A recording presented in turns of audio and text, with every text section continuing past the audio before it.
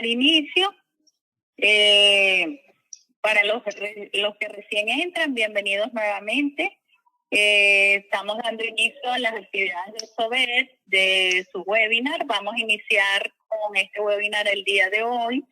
Hoy vamos a hablar de COVID, ¿verdad? ¿A dónde estamos y qué hacemos, pues?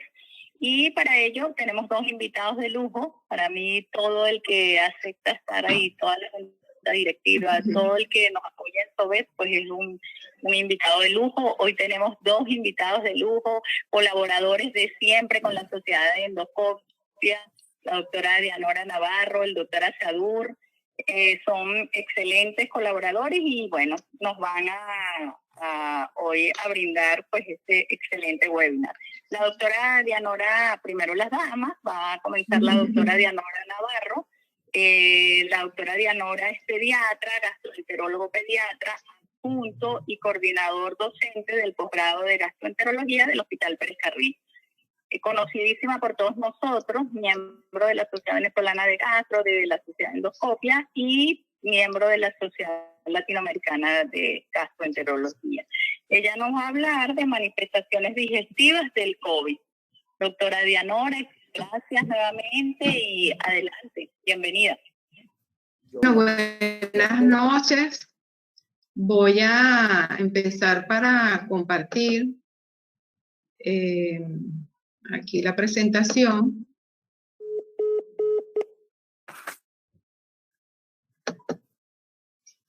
No sé si ya la están viendo. Perfectamente, doctora, se ve perfecto. Ok.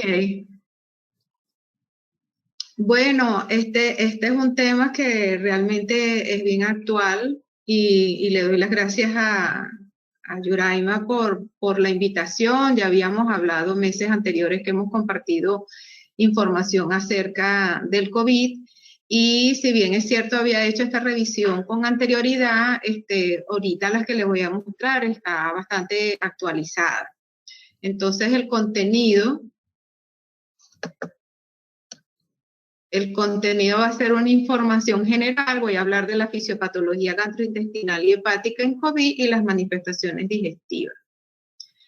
Entonces, en líneas generales, se habla de esa hipótesis o teoría en donde el murciélago ha contaminado la alimentación de los algunos ciertos animales exóticos, como el pangolino, que por cuestiones de cultura entre los chinos, en Siberia y en Vietnam, su carne es bastante apetecible y se dice que de esa manera quizás han llegado hasta el hombre convertirse esta zoonosis en una infección humana.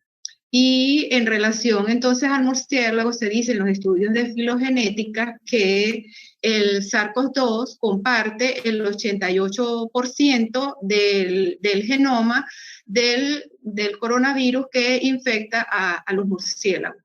En cambio, en el SARS-CoV-1 solo el 79% y en el coronavirus del medio diente el 50%. Y a esta situación se está sumando ahora lo de las variantes que más adelante les voy a comentar. Tenemos entonces que esta pandemia, declarada desde marzo del año pasado, ha llevado a la reflexión de que existe una crisis de salud pública a nivel mundial debido a esta enfermedad y que no solo hay manifestaciones pulmonares, sino también extrapulmonares, en donde el tracto digestivo ha emergido como un sitio de expresión de la enfermedad como posible conductor de la severidad y la transmisión viral del SARS-CoV-2. Ambos órganos, tanto pulmón o intestino, expresan los mismos receptores que el virus utiliza para entrar a la célula, es decir, que utiliza la enzima convertidora de angiotensina o la ECA2 y la proteasa 2 de la serina transmembrana. Tenemos que a nivel mundial, para la fecha del 22 de enero, se había reportado ya 2.1 millones de fallecidos y más de 98 personas infectadas. La intensidad del color en el mapa refleja que son los países que están actualmente más afectados. Están Estados Unidos, Brasil, Reino Unido, Francia, Rusia y Turquía. Desde el punto de vista de estas variantes o cepas, se habla que la cepa del Reino Unido ya está en 60 países y la de Sudáfrica en 23. Esta variante británica controla la entrada del virus y se dice que ella tiene más de 23 mutaciones a nivel de las proteínas de la espiga y por ese motivo es que se comenta o se menciona que ella es más contagiosa.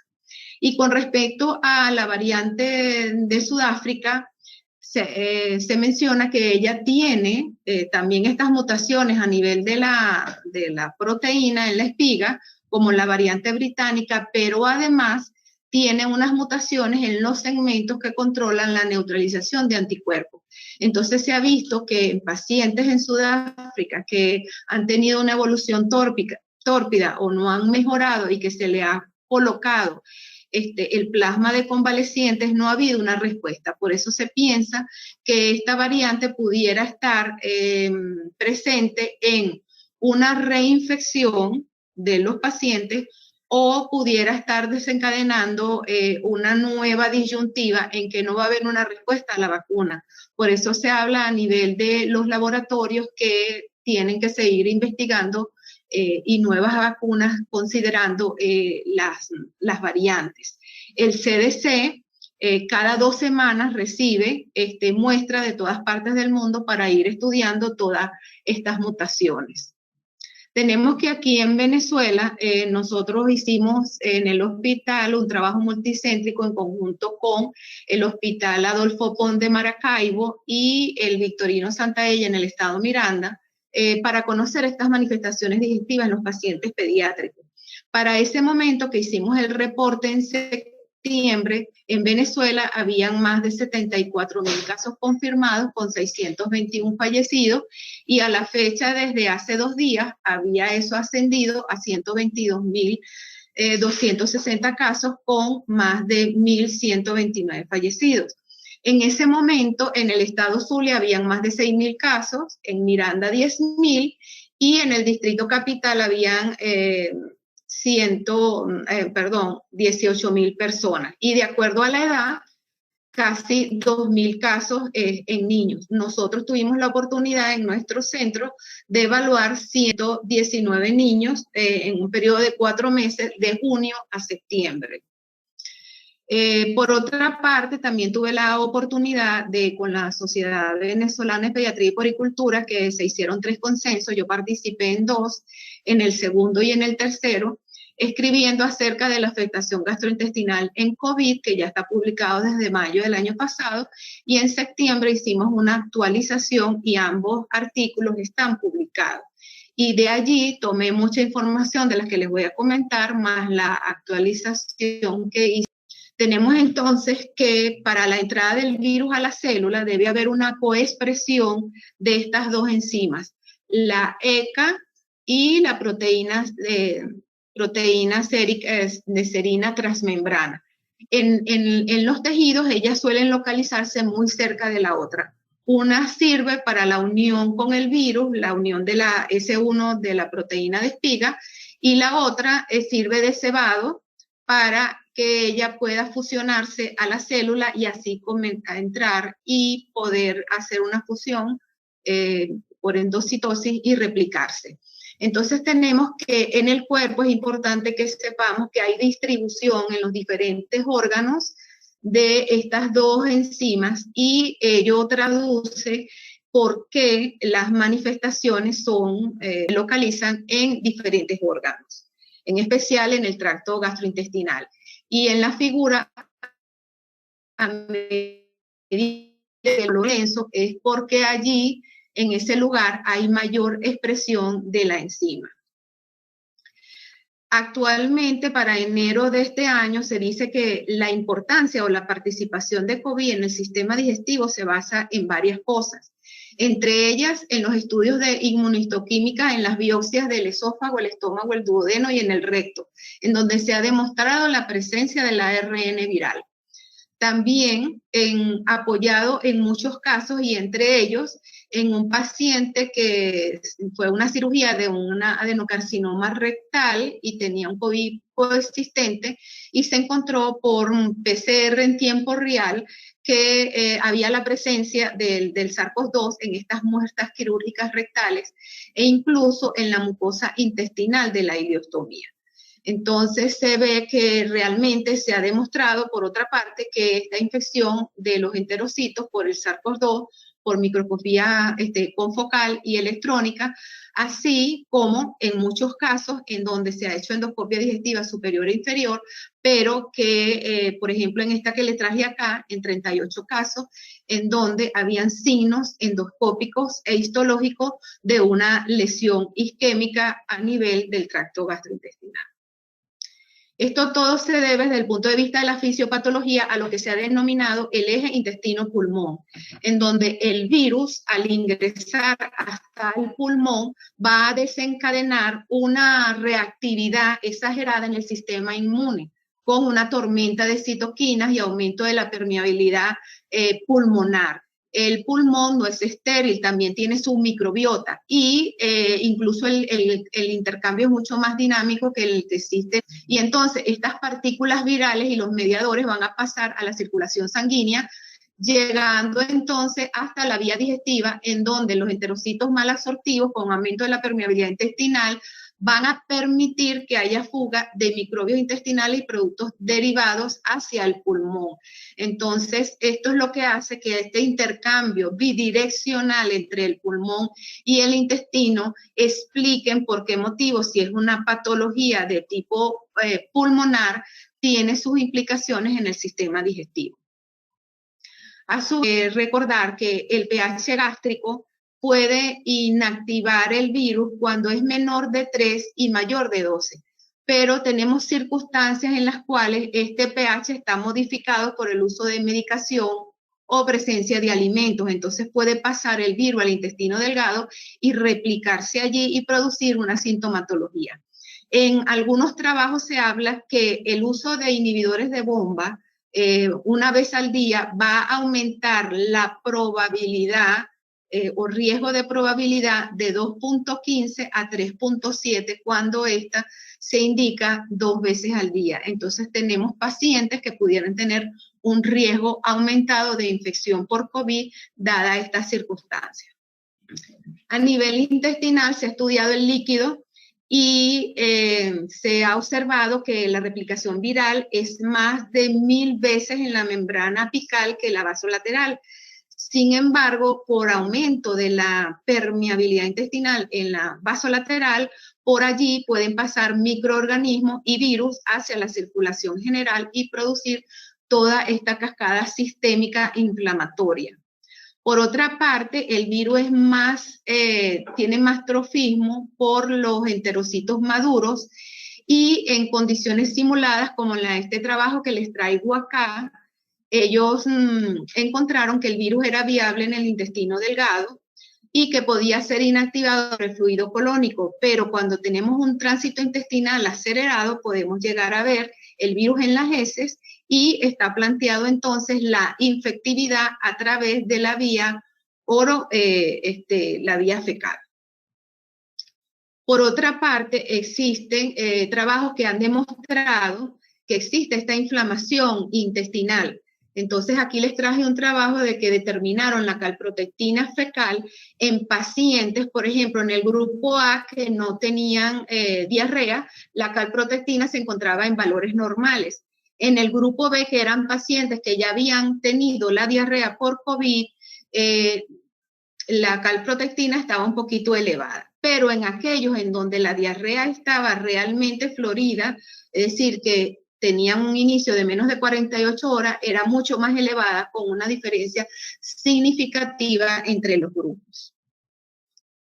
La microbiota intestinal también se ha evaluado como parte de la fisiopatología en COVID y se comenta que en condiciones normales donde tenemos una microbiota balanceada, el COVID no debe ocasionar mayores efectos, pero en aquel donde hay disbiosis se va a producir entonces la lesión del intestino, sobreexpresión de enzimas y una degradación celular, ocasionándose entonces una apoptosis que se comienza a ver después de las 60 horas de producida la infección.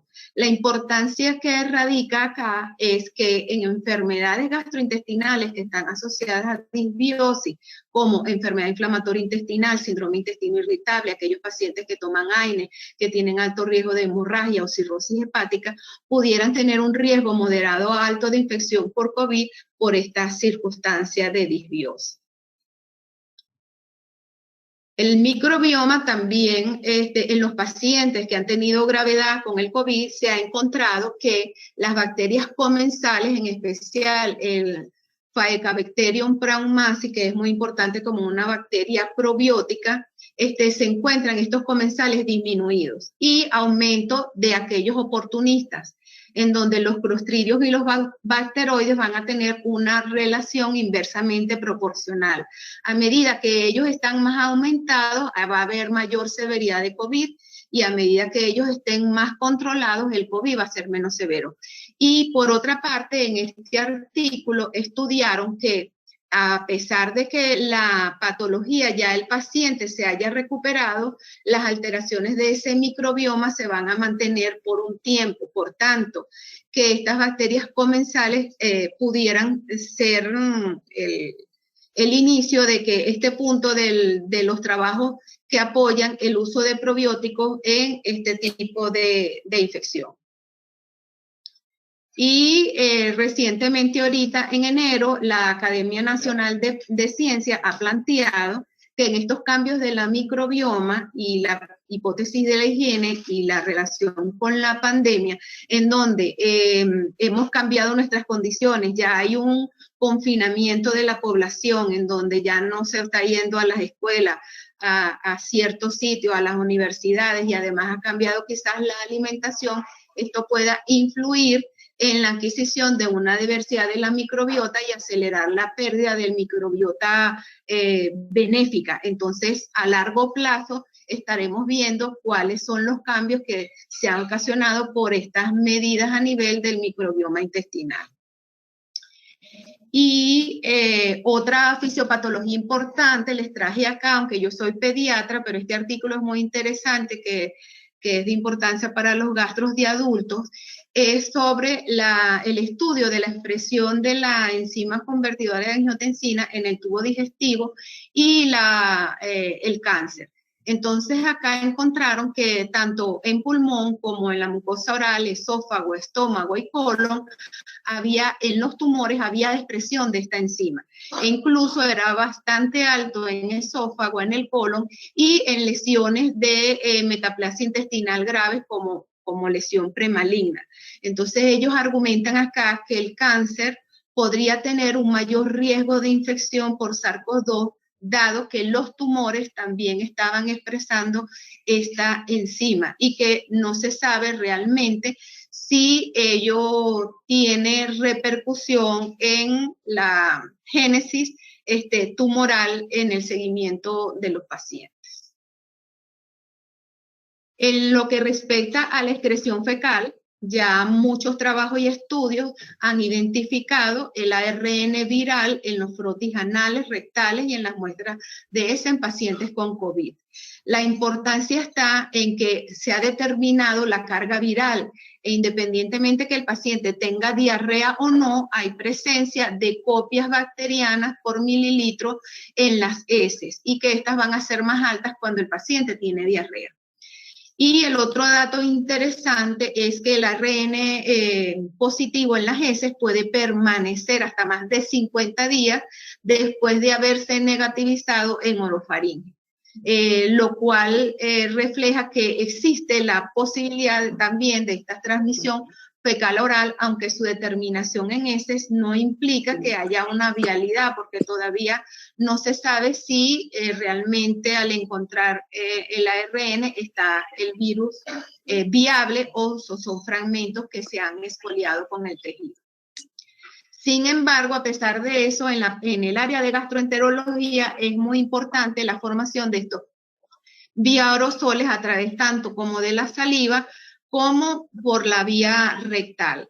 e igualmente tiene importancia en el hogar y en los hospitales con la manipulación de las heces, el uso de inodoros en casas o en los hospitales, porque se han hecho estudios del ARN en las aguas residuales a nivel mundial en muchos países y se ha encontrado igualmente una carga viral que luego de tratada el agua va a disminuir esa carga. Y esto puede ser un reflejo de cómo está la situación epidémica en la población. Entonces, hablando ahora de las manifestaciones clínicas en COVID, tenemos que en líneas generales, cuando la persona se infecta, los síntomas en promedio empiezan a aparecer al 5º día. La sintomatología y su severidad va a depender de la edad y se ha encontrado que a medida que la persona es más adulta, o sea, en los niños hay menos presión de enzimas y en los adultos hay mayor, y también por la presencia de comorbilidades, el paciente en un promedio de 14 días puede tener una recuperación. Sin embargo, se habla ahora de la persistencia del COVID, o si no ocurre la recuperación, se dice que el promedio de muerte puede ser 14 días en un lapso entre 6 y 41 días. Visto esto, tenemos que lo clásico es desde Wuhan, China, en donde se empezó la pandemia. Se habla entonces que el 23% de los pacientes solo tiene síntomas digestivos, el 33% síntomas digestivos y respiratorios y el 44% solo síntomas respiratorios. Entonces se ha demostrado que estos síntomas gastrointestinales pueden preceder la afectación respiratoria dado el gran trofismo del coronavirus por el tracto gastrointestinal e incluso pudiera ser la primera manifestación de la infección. En el trabajo que les señalé al principio de Conociendo las Manifestaciones, nosotros en 119 niños tuvimos que 38 tenían manifestaciones digestivas, 25 de ellos solo manifestaciones gastrointestinales y hepáticas, y 13% tenían digestiva más infección respiratoria. 49 niños estaban asintomáticos y 32 niños asintomáticos y 49 niños tenían clínica respiratoria. Con respecto a las manifestaciones clínicas, estos pacientes, la mayoría tenía diarrea, bien sea como única manifestación o acompañada con vómitos en 14 niños, igual que en los que con diarrea solo, o acompañada a su vez de dolor abdominal. Tuvimos un caso que se manifestó como distensión abdominal y un caso de hemorragia digestiva. Si nosotros quisimos relacionar esta sintomatología con la severidad, encontramos que los niños que manifestaron el síndrome de respuesta inflamatoria multiorgánica, que fueron 8, todos estos niños tenían diarrea y uno tenía distensión abdominal. 6 de estos niños se recuperaron y 2 fallecieron. Con respecto a la diarrea, teníamos que la mayoría tenían una duración entre 3 y 5 días, que eran 15 pacientes. Y con respecto al estado de hidratación, 10 no estaban deshidratados y deshidratación leve tenía la mayoría en un 40%. Y con respecto al examen de heces, no había ni leucocitos, ni moco, ni sangre. En uno se asoció una infección bacteriana y en otro tenía una infección parasitaria, y a 12 pacientes no se le realizó el examen de heces porque no era como de costumbre pedir un examen de heces en una infección por COVID. Con respecto a las enzimas hepáticas, tuvimos que 5 pacientes tenían una elevación leve de estas aminotransferasas y 14 tenían normales a 19, no se les realizaron. Y con respecto al ecosonograma abdominal, solo 4 pacientes tuvieron alteraciones a la ecografía, uno hepatomegalia, otro hepatoesplenomegalia y una esplenomegalia y ascitis, que eran los pacientes que tenían una evolución más grave. Entonces, tenemos que a nivel de la literatura se ha reportado, además de esas características que fueron vistas en nuestros pacientes pediátricos, la presencia de diarrea hasta en un 49%, la pérdida del apetito hasta un 79% y que se presenta en el transcurso de la enfermedad y no tiene nada que ver tampoco con la medicación, y en un 26% la anorexia. La deugesia, que son los trastornos del gusto, se dice que es un signo bastante específico del COVID, hasta en el 85% de los casos, y pudiera o no acompañarse de la pérdida del olfato en el 71%. Con respecto a la diarrea, entonces en la literatura tenemos que puede durar de unos 3 a 5 días, como lo vimos en nuestros pacientes, hasta 9 episodios al día, con un promedio de 3. La diarrea es acuosa líquida no deshidratante con escasos leucocitos fecales y sangre oculta positiva en un porcentaje de pacientes muy pequeño, y algunos trabajos han reportado que cuando el paciente tiene diarrea se ha observado que hay unas tasas más altas de ingreso a cuidados intensivos y ventilación mecánica. En el abordaje entonces de esta diarrea por COVID es importante que descartemos otras causas de diarrea, por ejemplo, con el ICNS para virus, adenovirus o rotavirus en el país, o protozoarios como Yardia o Cristosporidios, y hacerle un coprocultivo al paciente para estar seguros de que no tiene otra patología. La hidratación es vía oral o endovenosa de acuerdo a la severidad, y hay que hacer una vigilancia de potasio. Y cuando se acompaña de vómito, el ondansetron es la primera opción del tratamiento. Pudiéramos hacer como terapias complementarias, también dependiendo de la severidad del paciente, el uso de zinc y de probióticos. En la literatura se ha reportado que en aquellas diarreas que son recurrentes o refractarias han tenido una buena evolución con el uso de plasma de convaleciente. Es importante recordar que entonces, ¿por qué entonces se manifiesta la diarrea en COVID? Porque la ECA tiene una función en el sistema digestivo que es controlar la inflamación intestinal, regular el transporte de aminoácidos dependiendo de sodio, tiene un papel muy importante en la expresión de los péptidos antimicrobianos, modula la respuesta inmunológica y influye en la composición de la microbiota. Entonces, si ella no está funcionando bien o es interrumpida su función, se produce la diarrea.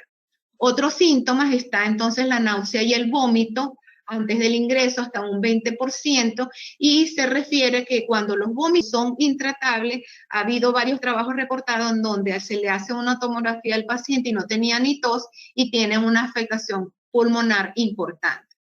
El dolor abdominal casi en el 20% es inespecífico, tipo epigastralgia o moglestias abdominales. El sangrado digestivo se ha reportado con muy baja frecuencia en pacientes pediátricos, un poquito más alta en adultos. Y el hipo también ha sido un síntoma recientemente descrito como una presentación atípica. De hecho, conozco 2 adultos con COVID que presentaban hipo.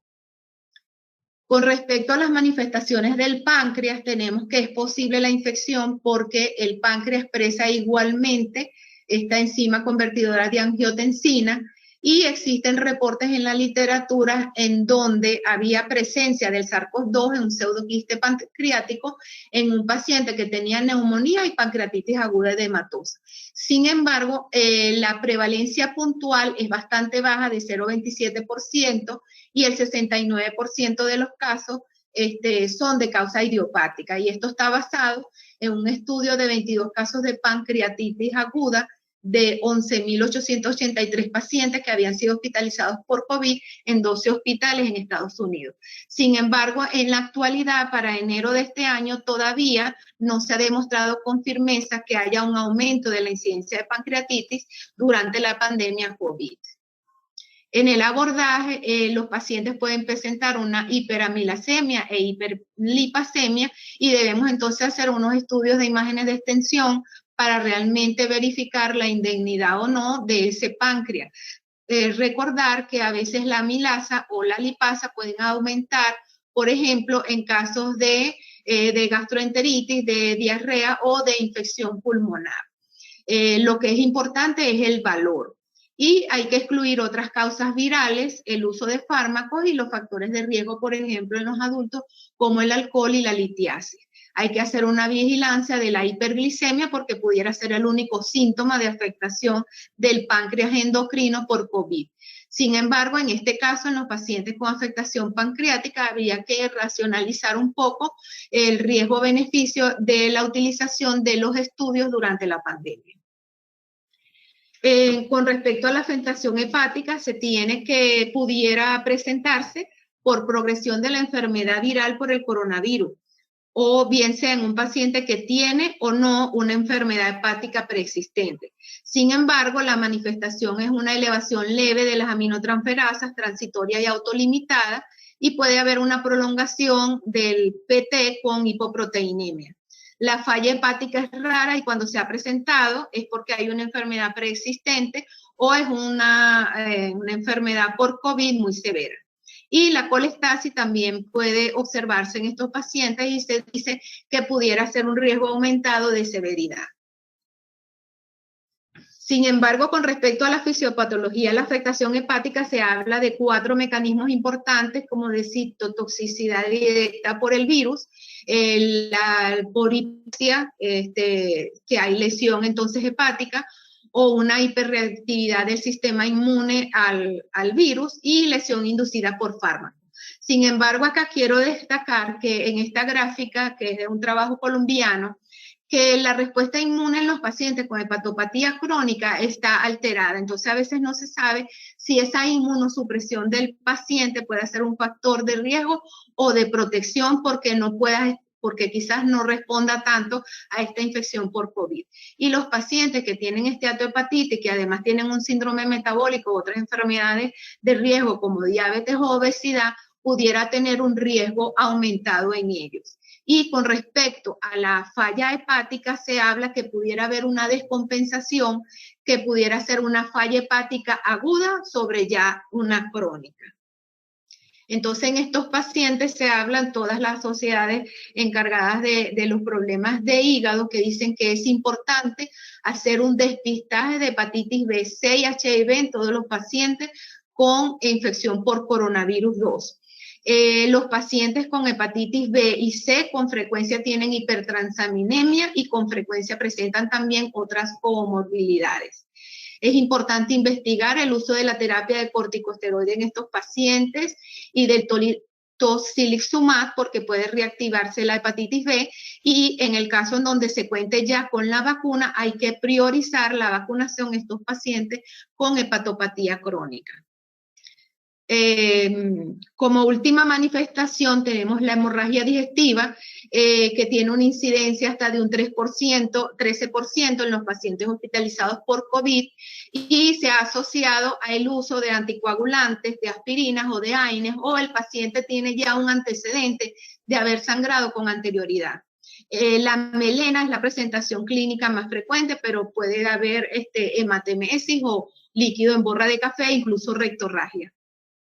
La etiología en la hemorragia digestiva superior son úlceras gástricas o duodenales, y en la inferior se han encontrado las úlceras rectales, porque para el manejo de las heces en estos pacientes se está utilizando mucha sonda rectal que pudiera estar lesionando la mucosa a ese nivel. La hemorragia se ha asociado a un incremento en la tasa de mortalidad. Y con respecto al manejo, hay trabajos que hablan del manejo conservador, porque son pacientes que tienen una neumonía y que la intubación pudiera poner en riesgo al paciente de no poder extubarlo.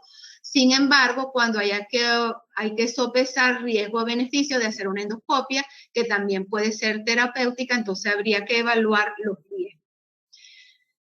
Finalmente, tenemos que hay persistencia de los síntomas en COVID, y ya se está hablando recientemente de eso, en donde se habla que, por ejemplo, en este trabajo de un seguimiento de pacientes, tenían al inicio diarrea y vómito 48 pacientes de 150, a los 30 días todavía 26 pacientes tenían esta clínica, y a los 60 días todavía 15 pacientes persistían con la sintomatología.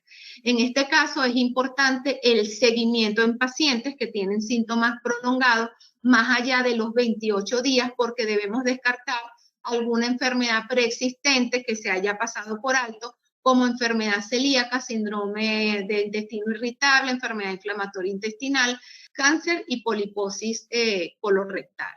Entonces, en conclusión, tenemos que el aparato digestivo es el segundo sistema más afectado después del pulmón. La transmisión fecal-oral es muy probable, todavía está en estudio. Los síntomas gastrointestinales pueden ser los síntomas iniciales de la infección por COVID. Los pacientes con diarrea han presentado altas tasas de ingreso a cuidados intensivos. Los pacientes con hepatopatía crónica deben continuar su seguimiento y el seguimiento post-COVID es importante, así como cuando los pacientes le da COVID y tienen que ir al cardiólogo por la afectación cardiovascular, no se sabe si tiene alguna génesis a nivel tumoral.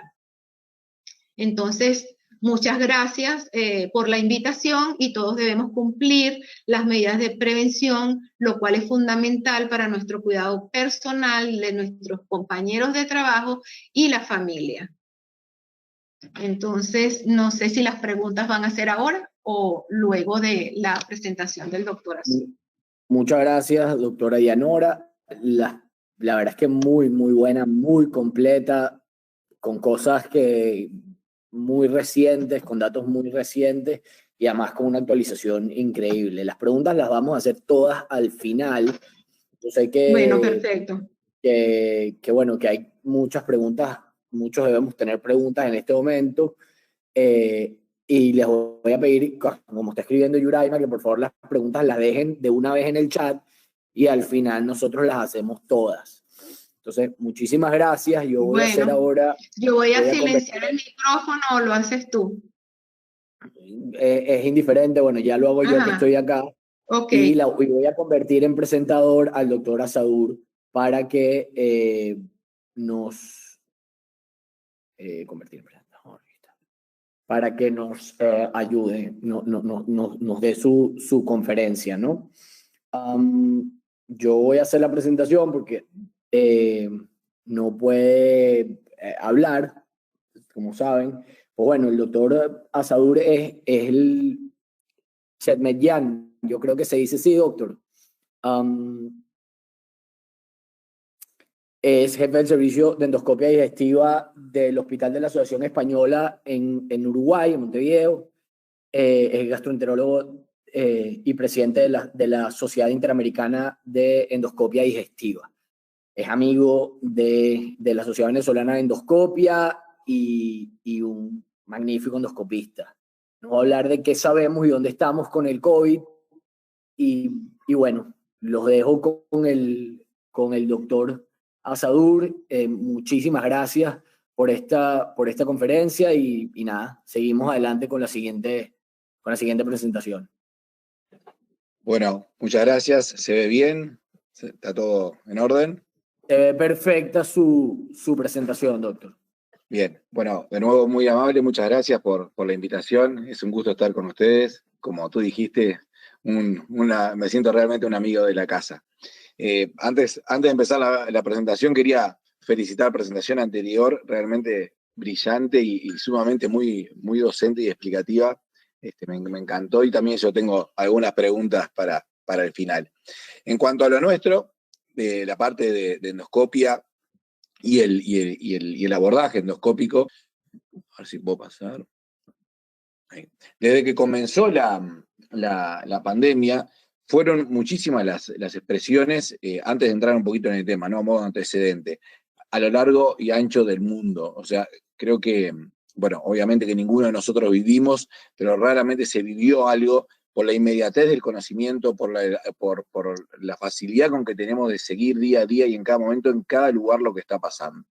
Y ayer, por ejemplo, una noche de disturbios en Holanda terrible, con más de 150 detenidos, quemaron centros de testeo de PCR, o sea que lo que está pasando, sigue pasando y va a seguir pasando, y no me gusta ser negativo, pero creo que estamos entrando en una situación aún más compleja que la que se vivió el año pasado, por diversos motivos, obvio, que exceden a la charla esta. Desde que ocurrió el primer caso en Wuhan, en China, fines del año pasado, todo sucedió a una velocidad alarmante. Es más, parece que el año pasado ha sido un año perdido. Muchas veces se está hablando y hacemos referencia al año pasado y hablamos del 2019. Es como que el año pasado ha quedado frisado en nuestras mentes. Pero no es así, sigue avanzando y siguen habiendo los casos. En nuestro país, en Uruguay, ahora justamente han crecido muchísimo.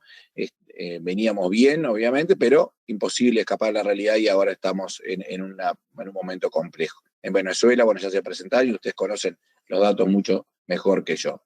Y lo que pasó fue que al inicio todo el mundo, en todos los lugares, se estuvo de acuerdo en parar prácticamente a cero. De hecho, esto es el servicio donde yo trabajo, el volumen de procedimientos para colonoscopía, gastroscopía, las urgencias y las colangiografías, y al momento del inicio de la pandemia, prácticamente dejamos de hacer procedimientos.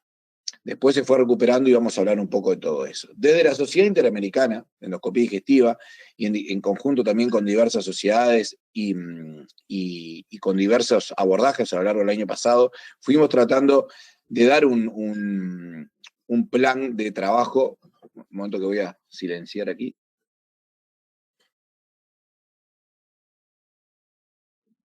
De dar un plan de trabajo y de abordaje, conociendo que estábamos en una emergencia sanitaria, en una situación de pandemia y con un contexto epidemiológico muy variado en cada país y región, como hemos visto. A lo largo y ancho de las Américas no es lo mismo cada uno de los países por diferentes motivos de epidemiología, pero también de realidades clínicas, de realidades asistenciales y de realidades también de patologías de base en cada lugar. Lo que se hizo fue, compartiendo todos los abordajes de todas las diferentes sociedades miembros de la CIED, también desde CIED propiamente dicho, hacer esta redacción de las guías de abordaje de COVID. Obviamente que no constituyeron ni constituyen guías rígidas ni documentos obligatorios, sino que tienen la intención de proporcionar información para guiar el trabajo de unidades de endoscopía en las Américas. Y tampoco obviamente van a reemplazar a las autoridades sanitarias locales.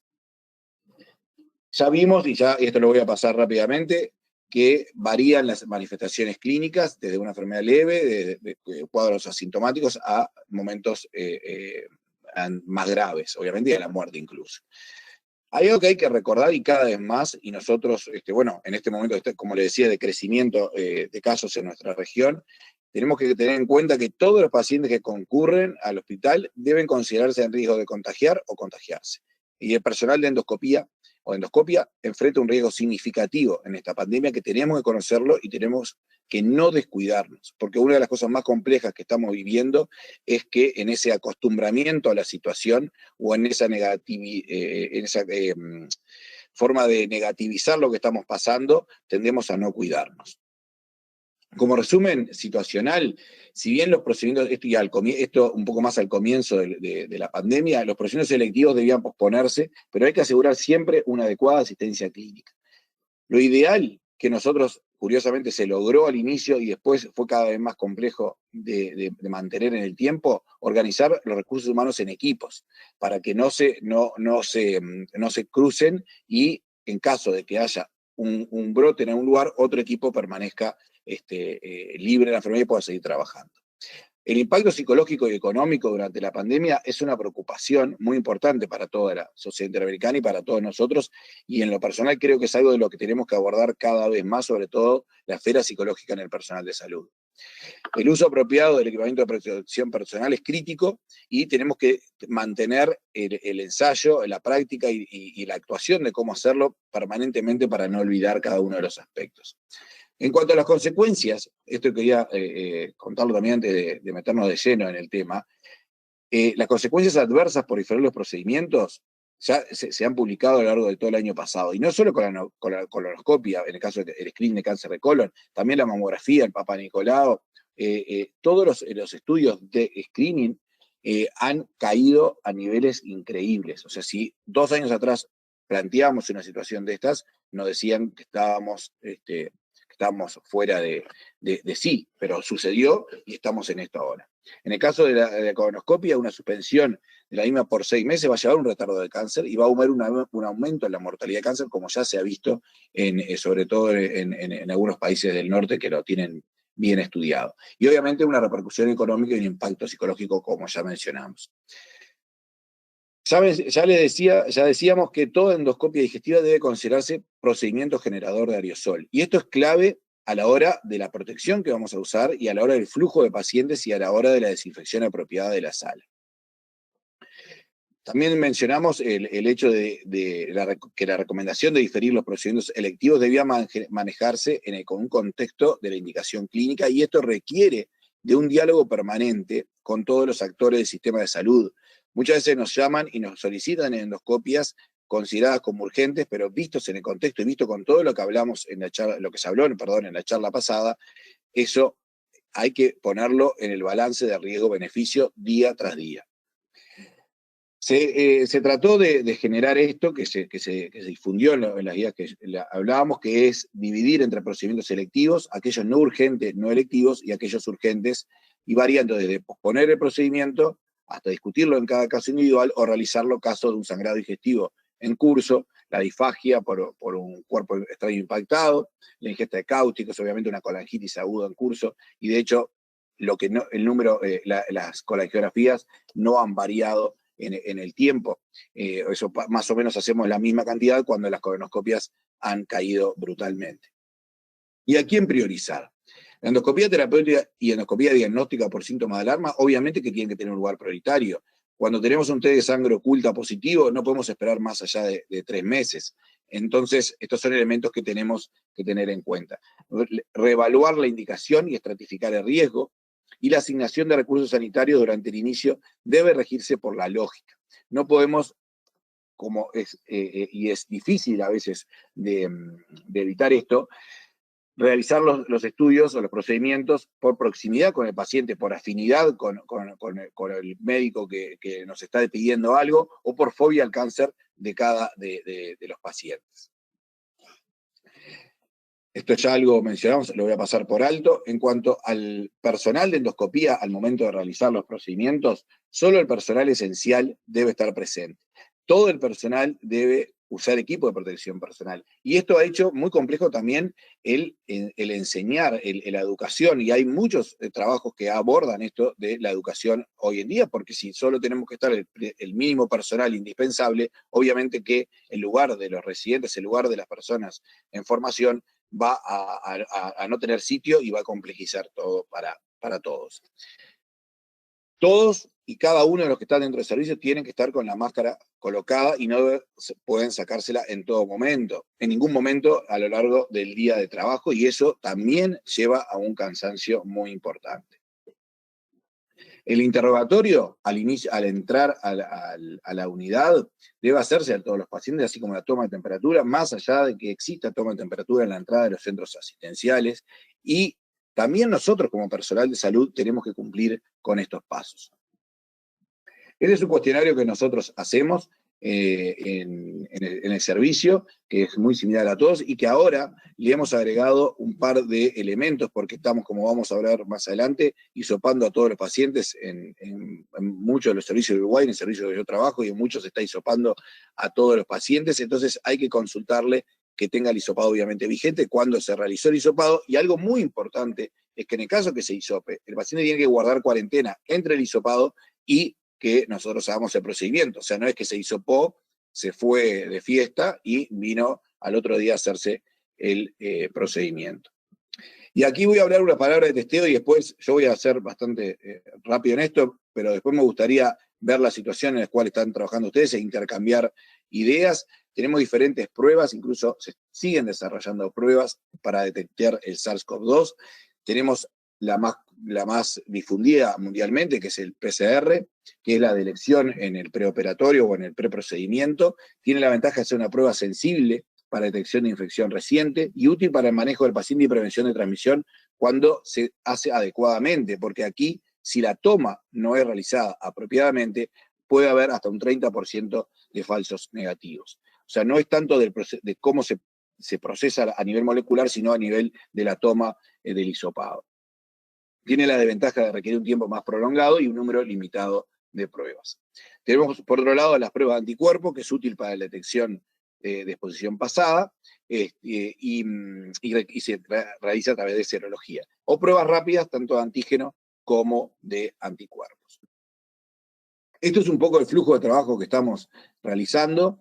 O sea, se hace el test de COVID por PCR dentro de COVID, perdón, SARS-CoV-2 dentro de las 48 horas previas al procedimiento, y si la situación clínica permite esperar los resultados de la prueba, vamos a ver si ese resultado es negativo o es positivo. Si es negativo, se procede con el equipamiento de protección personal apropiado, y si es positivo, de ser posible, se pospone, y si es mandatorio, se va a utilizar todas las medidas de precaución. Si la situación clínica no permite esperar los resultados de la prueba, se va a proceder como un procedimiento de emergencia, estratificando el riesgo y procediendo en consecuencia, asumiendo que estamos frente a, o trabajando como que estamos frente a un paciente positivo. En cuanto al tema del equipamiento de protección personal, esto entra dentro de lo que es la prevención. O sea, es un poco más abarcativo que solo el equipamiento de protección personal. Es fundamental un lavado de manos por más de 20 segundos con agua y jabón. El SARS-CoV-2 es muy lábil al jabón, por lo tanto un buen lavado de manos, como todos los médicos sabemos hacer, es apropiado. Hay que evitar tocarse los ojos, la nariz y la boca, y mantener medidas de higiene, obviamente, al toser, y siempre que se pueda mantener una distancia de seguridad. Cuando se habla con el paciente o cuando se habla con el familiar, no es necesario lo que toda la vida tendríamos que hacer, que era estar prácticamente uno al lado del otro. Hay que mantener en todo momento, aunque parezca descortés, mantener la distancia de seguridad. Por otra parte, mantener un sistema inmune saludable, un sueño de calidad, ejercicio, una correcta nutrición. Ya vimos el valor de la correcta nutrición en la presentación anterior, y es un tema que hay que seguir abordando porque por ahí va mucho camino. Y finalmente, entonces, el equipamiento de protección personal, los guantes, la mascarilla o el respirador, la pantalla facial y la sobretúnica. Acá hay una diferenciación entre lo que son los respiradores N95 y las máscaras quirúrgicas aprobadas por la FDA. O sea, no es lo mismo esto que esto. No sé si se ve el puntero del mouse. Se ve perfectamente, doctor. Bueno, perfecto. Entonces, nosotros tenemos que los respiradores N95 lo que ayudan es a reducir las partículas inhaladas por la persona que tiene colocada el respirador. En cambio, las mascarillas quirúrgicas ayudan a reducir las partículas que la persona que tiene la mascarilla expele. Por tanto, son diferentes en sus aplicaciones. Y en el medio tenemos los respiradores quirúrgicos N95, que nosotros, bueno, no tenemos disponibilidad de esto, pero que ayudan a reducir ambas y que a su vez, con fluidos, son resistentes a esos contactos. De todas maneras, lo que usamos entonces va a ser los respiradores N95 con la pantalla facial para lograr este doble efecto. En cuanto entonces al equipo, continuando con el equipo de protección personal, bueno, el gorro quirúrgico desechable, la máscara N95, las gafas y el protector o el protector facial, doble guante. Esto del tema del doble guante no es tanto por la transmisión a través del guante, sino por el tema de cuando nos desvestimos para evitar los contactos, que es el momento donde podemos tener el contacto con el virus. Las batas impermeables y el protector de calzado o un calzado que se pueda lavar y mantener dentro de la unidad. Y practicar el colocado y cuando nos quitamos, como ya hablamos, practicarlo y tenerlo presente en las unidades. Los procedimientos obviamente van a ser realizados en un área apropiada, que se ha hablado mucho de que fueran salas de presión negativa. Eso no contábamos con áreas de presión negativa y prácticamente no se cuenta en América Latina con salas de presión negativa. Pero de lo contrario, bueno, vamos a tener que ventilar apropiadamente la sala de procedimientos. Todos los pacientes que ingresan a la unidad deben de usar la protección, la mascarilla facial, pueden ponerse guantes o darles lo más fácil, que se coloquen alcohol gel al entrar. Pero es importante que hasta el momento inmediato de realizar la endoscopia tengan la mascarilla facial colocada.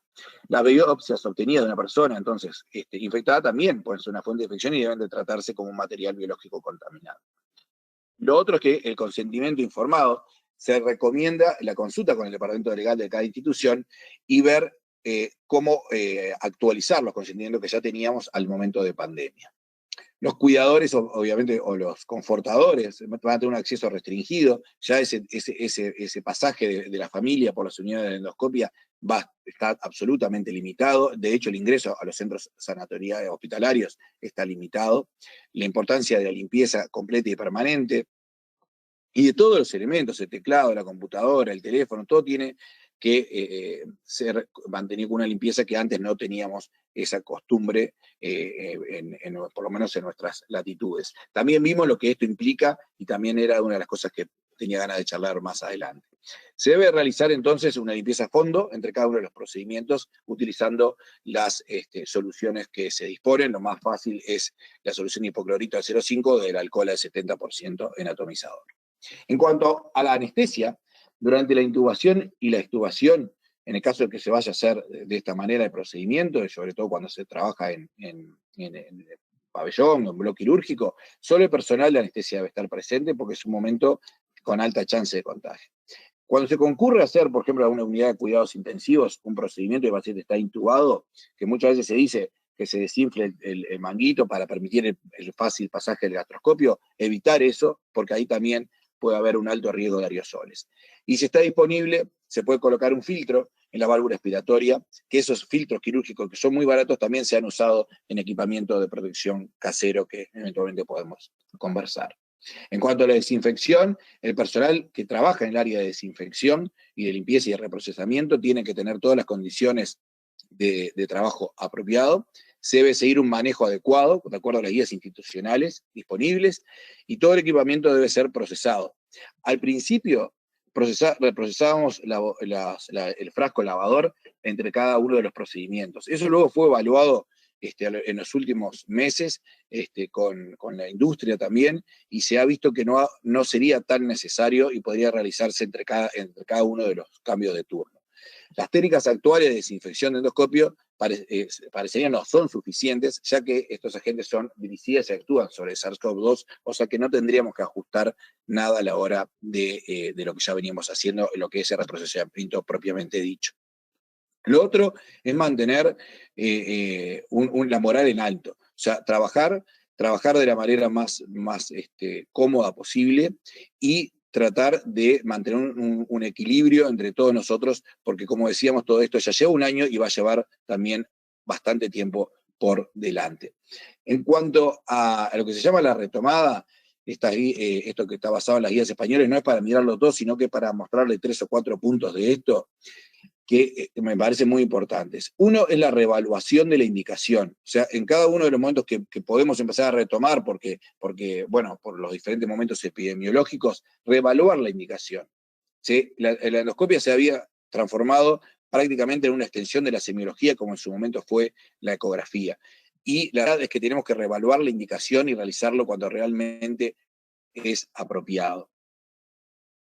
El distanciamiento que hablábamos, para lograr un distanciamiento en un área sanatorial, solamente eso va a lograr hacer que la productividad disminuya. Por lo tanto, también es algo a tener en cuenta.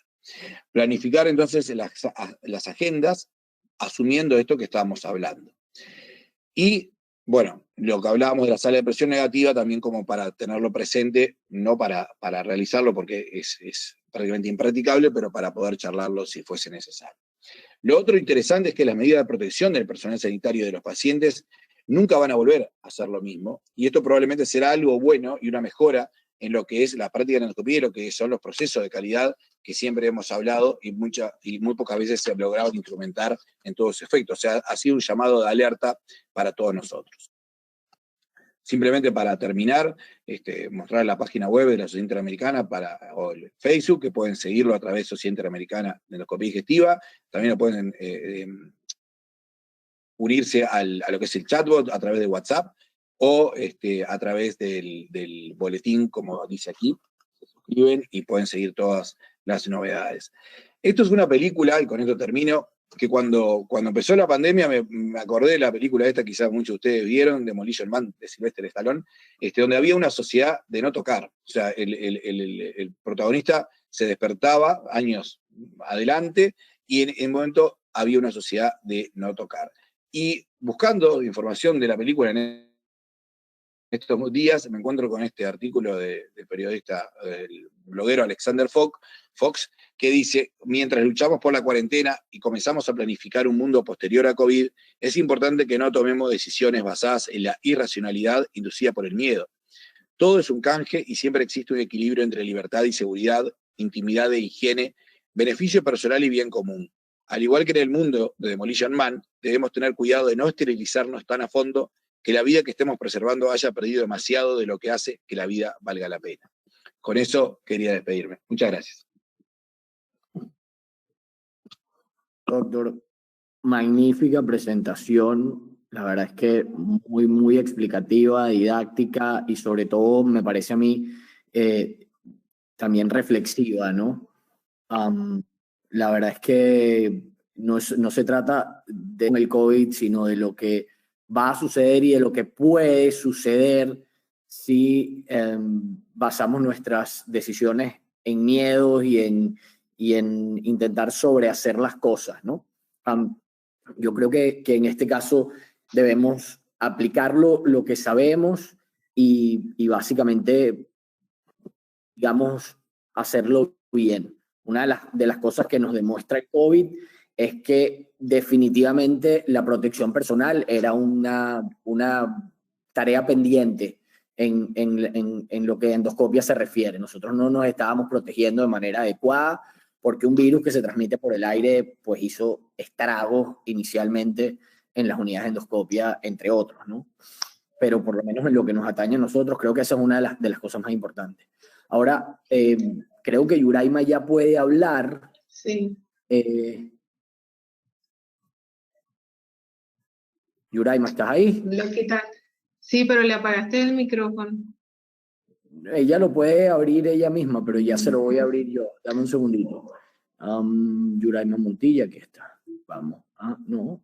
De hecho, tiene el micrófono abierto. Yo no se lo he silenciado. Vamos a silenciarla y activamos el micrófono. Ella debería poder hablar en este momento. Si no, bueno, aquí hay una pregunta de la doctora Sandra Neri, que supongo que es para la doctora Dianora. Dice, ¿algún comentario sobre la variante brasilera? Bueno, la variante brasilera todavía, como es un poco más reciente, no se han sacado tantos estudios como con las dos que le mencioné. Y claro, uno siempre es preocupación porque es la que como que tenemos en Europa y ahí en Alemania también ya se ha visto esa variante. Lo que pasa es que se dice que es brasilera porque fue la primera vez que lo vieron aquí, pero esos son mutaciones que hace el virus y que cuando se mantienen esos cambios a nivel de los aminoácidos es lo que hace que ella sea un poco más infectiva o no. Sin embargo, se dice que con respecto a la brasilera, que todavía a ciencia cierta no se ha confirmado si puede ser más contagiosa o si pudiera tener alguna alteración con la respuesta de las vacunas. Por eso que no ahondé en ella porque todavía los estudios están como muy preliminares. Ok, perfecto. Yo creo que ahora sí me escuchan, José. Dura, perfecto. Ok. Bueno, doctora Sadura, excelente. Gracias de verdad por excelente y ponernos al día nuevamente en cuanto a esto. Pues la doctora Dianora nos pudiera explicar cuál es el protocolo que se sigue en el hospital con los pacientes pediátricos, porque hay preguntas desde el canal allá de YouTube que cuál es el protocolo que se sigue en el hospital. ¿Qué pruebas se les hace previo? Si es la prueba rápida, si es el PCR, ¿cómo están manejando los pacientes allí? Bueno, a todos los pacientes que le vamos a hacer la endoscopia, se le hace la prueba rápida, el PCR, y de acuerdo al resultado, entonces decidimos si se hace la endoscopia o no. Por lo menos hemos tenido unos casos que inicialmente nos dijeron que era negativa, pero después se le volvió a repetir porque el paciente porque está hospitalizado, teníamos una niñita con una neumonía y tenía unas varices esofágicas y estaba sangrando, entonces se la volvimos a repetir, le salió después positiva, volvimos a hacerla, entonces negativa, ante la duda de que si era positiva o negativa por los casos positivos, en ella se le hizo el procedimiento en quirófano y todos tomamos la medida de prevención, incluso los anestesiólogos se vistieron con el traje especial para la intubación del paciente y luego nosotros entramos al quirófano luego que estaba intubada y todos teníamos las medidas de prevención en el hospital. aunque a veces con algunas fallas de regularidad, sí nos están dotando de la mascarilla, la N95, nos han dado las caretas faciales, pero al paciente primero le hacemos un interrogatorio. Siempre en pediatría le decimos a los niños, hay cosas que ya nosotros veníamos cumpliendo, porque le decíamos al niño que no tuviera moco, que no tuviera gripe, que no tuviera fiebre, que es muy frecuente en los niños, para poder hacer el estudio endoscópico. Entonces eso se está haciendo más énfasis, se pregunta si hay algún contacto familiar y la mayoría de los estudios han sido de emergencia, estudios de endoscopias diagnósticas por dolor abdominal, tiene que ser que tenga una clínica muy florida para ingresarlo, pero ya sí lo tenemos establecido como protocolo, hacer la prueba de anticuerpos. Ok. Doctora Sadur, gracias. Doctora Sadur, si nos quiere comentar algo del procedimiento, cómo realizan ustedes habitualmente más específico en su hospital y en la consulta privada. Bueno, aquí en nuestro hospital lo que hacemos es, se hace el PCR a todos, o sea, a todos los pacientes que vienen. Acá Uruguay tiene algunas características que salud, y más allá que el prestador puede ser público o privado, el sistema es más o menos el mismo y deberíamos tener un sistema de trabajo que sea universal. Por diferentes motivos no es tan así, pero la mayoría se están cumpliendo y se está hisopando y haciendo el PCR a todos los pacientes que se hace una endoscopia. O sea que, bueno, nosotros en el servicio nuestro lo estamos cumpliendo al 100% y tiene que tener el hisopado previo. El problema es, uno de los problemas es eso que le decíamos, ¿no? Que nosotros tenemos que confiar en el paciente que dice la verdad de que entre que se hisopó y viene, cumplió la cuarentena. Porque si se hisopó y siguió haciendo su vida cotidiana, entonces la protección o ese resultado negativo puede ya no ser negativo. Ese es uno de los temas complejos, que va de la mano también de todo lo que hace a la educación del público en general a la hora de relacionarse con los centros asistenciales. Y eso es un problema grande que estamos viviendo, pero no me quiero ir del tema.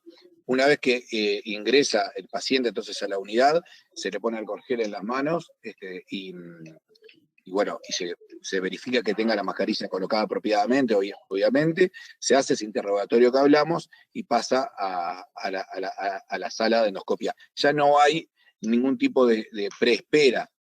Antes, por un tema de ganancia de tiempo, dentro de nuestra unidad, dentro de la unidad propiamente dicha, el paciente hacía como una preespera ahí entre que se cambiaba y se vestía, o sea, cambiaba su ropa para pasar a la sala de endoscopia propiamente dicha. O sea, esa preespera dentro está absolutamente anulada y no hay más nadie que el paciente que se está haciendo, que se está recuperando y bueno, y el que sale.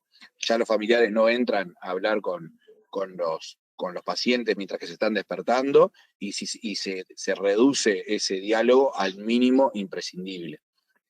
También, bueno, también como parte de todos los procesos de implementación informática, se eliminó el papel, o sea, ya no le damos ningún papel al paciente, o sea, se ha tratado de disminuir todo lo que genera contacto físico con.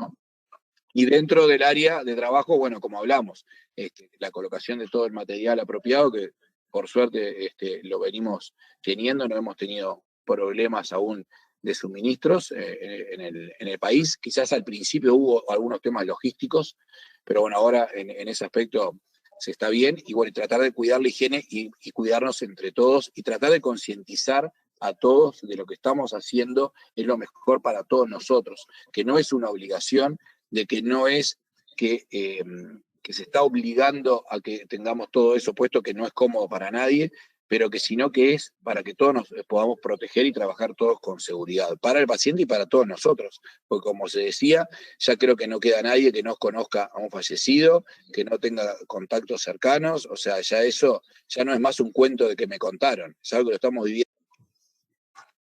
Ok, y nosotros muy bien.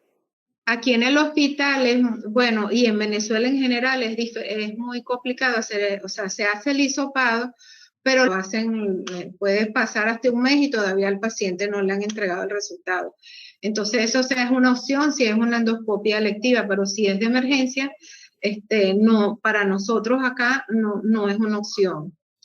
Y con respecto a los estudios inferiores que hemos realizado, entonces estamos implementando también el uso de como una sábana plástica que hemos elaborado para la introducción del endoscopio y cubrimos al paciente con eso de manera también de minimizar lo de los aerosoles. Perfecto. Ok. José, ¿hay una pregunta por allí? Sí. Acá hay una pregunta que dice: ¿qué protocolos siguen para la reincorporación de personal médico infectado? Bueno, en el hospital los pacientes, los médicos que han presentado el COVID tienen un reposo por 4 semanas y posteriormente a ese lo ve el infectólogo, lo ve también el epidemiólogo del centro. Le repiten las pruebas, ve que tenga inmunoglobulina G y cómo está él físicamente, y luego es reintegrado a su trabajo, a su rol de guardia. Sin embargo, a pesar de haber padecido la enfermedad, ese médico o a cualquier personal de salud sigue cumpliendo con todas las medidas de protección, utilizándolas igual que como cualquier otro miembro del equipo de trabajo.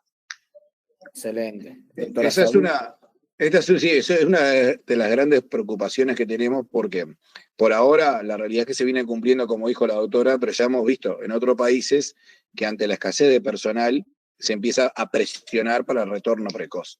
De hecho, en España hemos escuchado y leído de cómo se le prácticamente, o sea, a sabiendas de que aún podría estar en fase de eliminación viral, vuelven a trabajar, ¿no? O sea, es muy complejo lo que está pasando, porque el personal es finito, empieza a agotarse. Entonces, ¿cuándo se reincorpora? Cuando cumple con todo lo que sabemos que tiene que cumplir, o cuando se lo precisa y está disponible. Entonces, lo que estamos viviendo y lo que se ha vivido en los lugares de máximo impacto del virus es realmente muy complejo, y a nosotros también nos genera, es imposible decir que no genera miedo. El que no tenga miedo normal en estas circunstancias, bueno, no es consciente de lo que realmente está sucediendo. Pero tenemos que ser también conscientes, por eso creo que es muy importante mantener ese diálogo abierto con las instituciones y con los tomadores de decisión, porque si nosotros no participamos en el diálogo con los tomadores de decisión, otros van a tomar la decisión por nosotros, y en general no es beneficiosa para el usuario final, ¿no? Entonces, eso que es tan difícil en este momento, porque es realmente muy difícil, tenemos que hacer el máximo esfuerzo para lograrlo, ¿no? Y bueno, en el hospital... Ya va, hay alguien que... Hay un micrófono que está... En el hospital, muy en contra de la voluntad de muchos residentes, el Servicio de Medicina Interna es el que está encargado de la atención de los pacientes COVID. Sin embargo, para ello es una sobrecarga de trabajo. Entonces, los residentes de las otras especialidades, bien sea cirugía, traumatología, gastropediatría, están haciendo unas guardias para reforzar ese equipo de trabajo, porque también han considerado a aquellos que están ahorita como de baja por reposo.